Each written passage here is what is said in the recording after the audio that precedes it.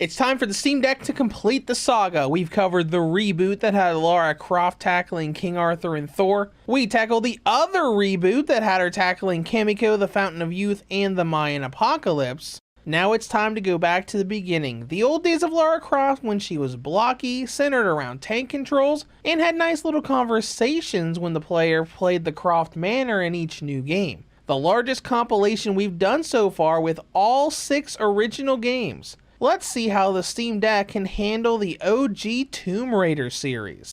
Before we dive into settings and performance, I will give you a couple words of warning. If you didn't grow up with these games, they're extremely awkward to play as they run on a tank control style system of having to almost stop to turn and rely on auto aim to fight enemies. Imagine Resident Evil 1 through 3, but a different camera angle and a lot more platforming. The other thing of note is that these games never really had controller support, so it's worth going into control settings on the Steam Deck for each game and browsing community setups. There are loads out there that mimic the PS1 and PS2 controls that make using the deck a lot better. Now let's dive in. The first 5 games of this series were all PS1 games, and as such will all run perfectly once you get them going. Unfortunately, they're all locked to 30 FPS instead of 60, but that's a bit of a limitation on the fact that these games came out in the 90s.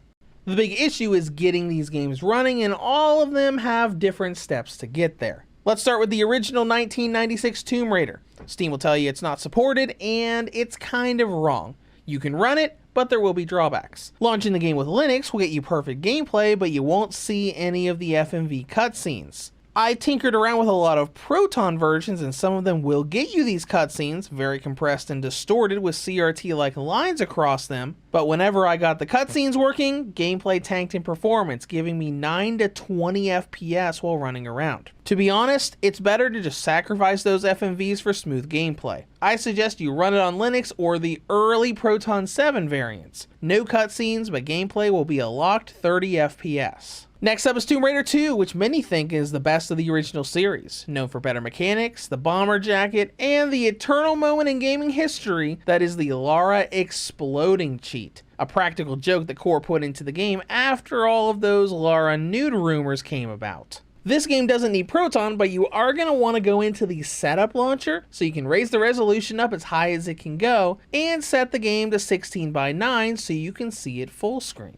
With this, gameplay is a perfect 30 FPS just like with the original game, but cutscenes are still an issue, being weirdly cropped and very choppy to look at.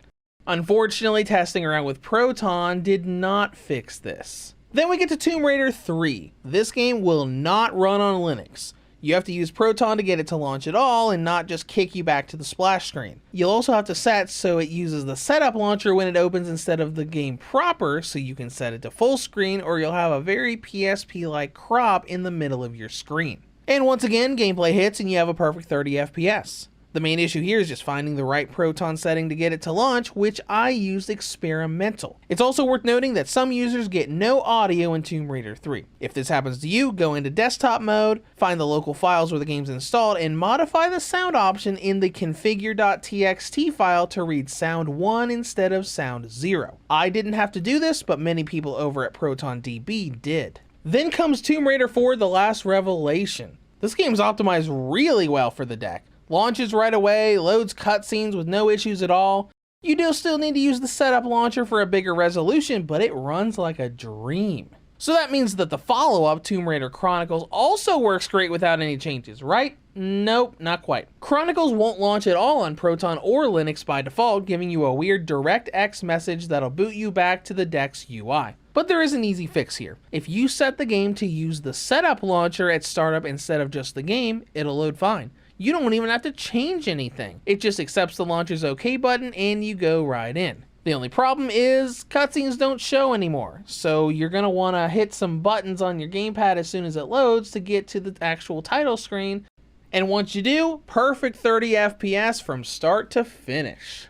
And finally, we have Tomb Raider 6, The Angel of Darkness, the game that almost killed the series forever. From a rushed production to release with the first movie, not modernized the old tank controls from previous entries very much, and making Lara a dark anti-hero, it was apparently so bad that Eidos Interactive took Tomb Raider away from Core after they made 6 mainline games, handing the franchise to someone else, leading to the Legend trilogy. Now, loading the game is not really an issue, though it does seem like it at first. Once you start it up, you get this weird old TV static screen, but if you wait long enough, it loads into the main menu and you can go into the game. And surprise, surprise, this game actually has graphical settings and options. It's set to high by default, so that's what I stuck with and threw the resolution up there at 1280 by 720. The great thing is that it'll run at a silky smooth 60 FPS on maximum graphical settings from start to finish. The bad thing is, no cutscenes again. You get that weird static screen every time a scene shows up. Also, for the love of Lara, find one of the control setups that gives you the classic Tomb Raider controls. Angel of Darkness's default controls were different and really wacky, like having triggers be jumping and hanging instead of the face buttons. And that's it for performance on all 6 of these games. What about battery life? That's kind of weird, being drastically different from game to game. Tomb Raider 1 gave me 5.5 to 7 hours depending on brightness level. 2 through 5 gave me 2.5 to 3 hours apiece.